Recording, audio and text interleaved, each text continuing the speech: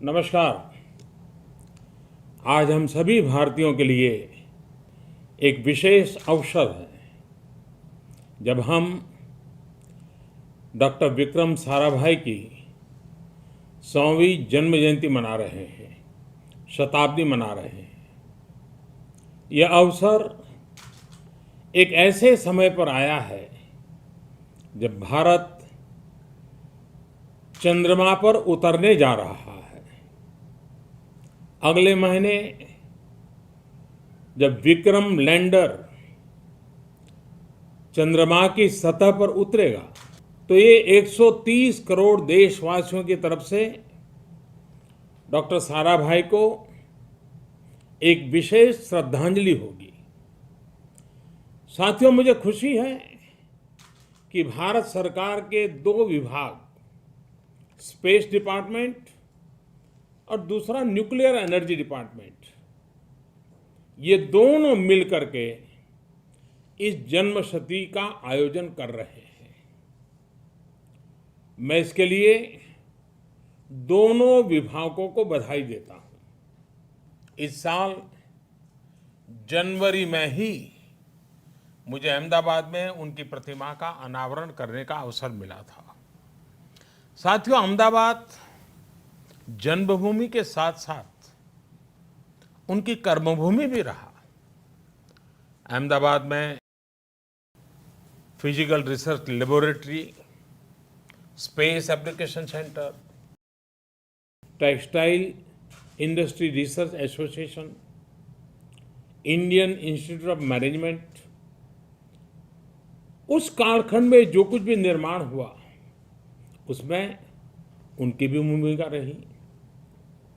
साथियों, डॉक्टर साराभाई को वैज्ञानिक समुदाय भली भांति जानता है। ये भी आवश्यक है कि आज की पीढ़ी के लिए उनके प्रेरणादायी जीवन के बारे में जानना बहुत उपयोगी होगा। डॉक्टर विक्रम साराभाई को बचपन में ही विज्ञान की बारीकियां और मशीन की दुनिया ने आकर्षित किया। ठीक उसी प्रकार हमारे आसपास अनेक ऐसी प्रतिभाएं हैं जो उनसे और ऐसे महापुरुषों से सीख सकती हैं। डॉक्टर सीवी रमन के मार्गदर्शन में बचपन में ही विज्ञान के प्रति डॉक्टर साराभाई का आकर्षण बढ़ा और यही आकर्षण भारत के वैज्ञानिक भविष्य का मिशन बन गया। उसी तरह आज की पीढ़ी को भी अपने लक्ष्य तय करने में अनेक महापुरुषों से प्रेरणा मिल सकती है।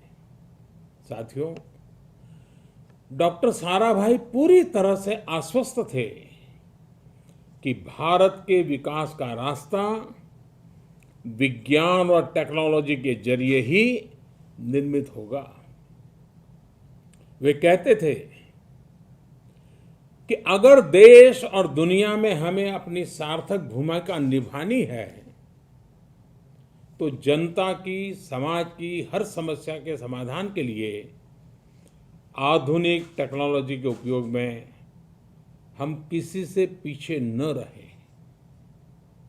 उनके इसी विजन ने आज भारत को साइंस और टेक्नोलॉजी के क्षेत्र में बड़ी ताकत बनाने में अहम भूमिका निभाई है।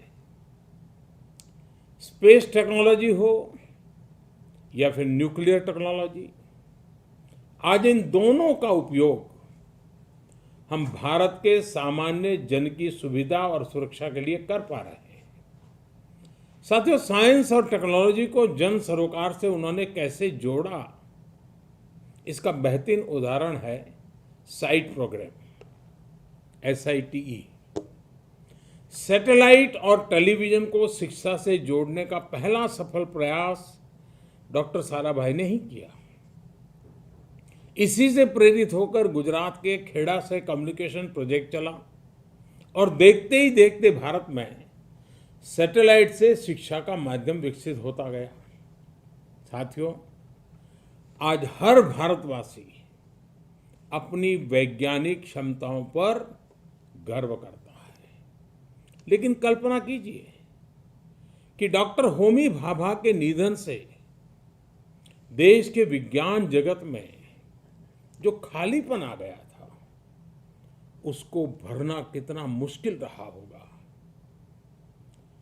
डॉक्टर साराभाई ने उस वॉइड को तो भरा ही अपनी कुशलता से, अपनी नेतृत्व क्षमता से।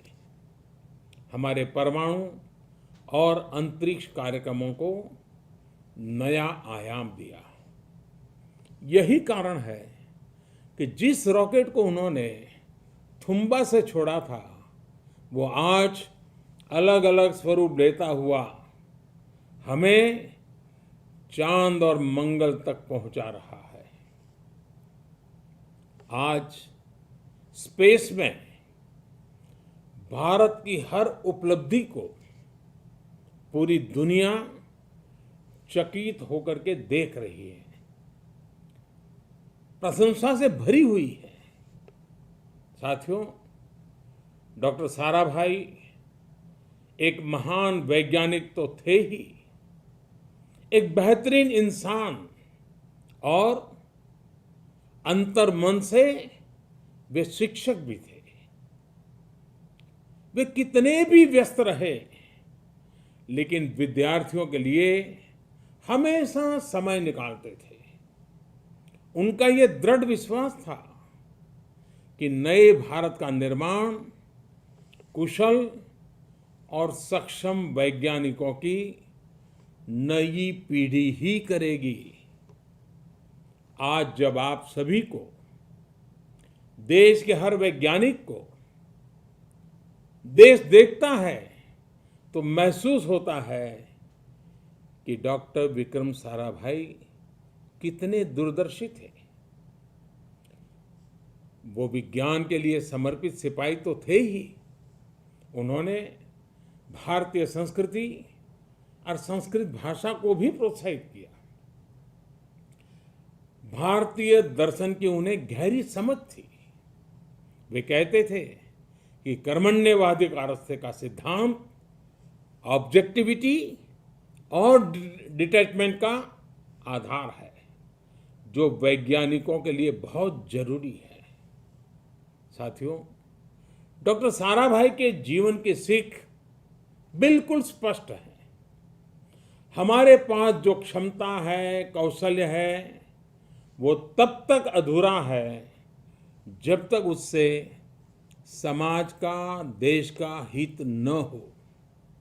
यही कारण है कि विज्ञान और टेक्नोलॉजी के हर विद्यार्थी से मेरी अपेक्षा रहती है कि वो समाज की समस्याओं को समझे और उसके समाधान के लिए इनोवेशन करें, आविष्कार करें। डॉक्टर साराभाई एक बहुत बड़ी विरासत छोड़ करके गए हैं।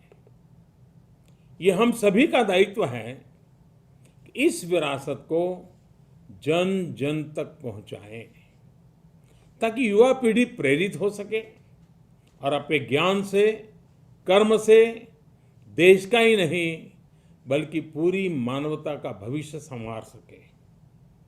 मैं आज देश भर के सभी लोगों से, खासकर विद्यार्थियों से, स्कूल कॉलेज में पढ़ने वाले सभी छात्र छात्राओं से आग्रह करता हूं कि इसरो के ऑनलाइन स्पेस क्विज, उसमें जरूर हिस्सा लें।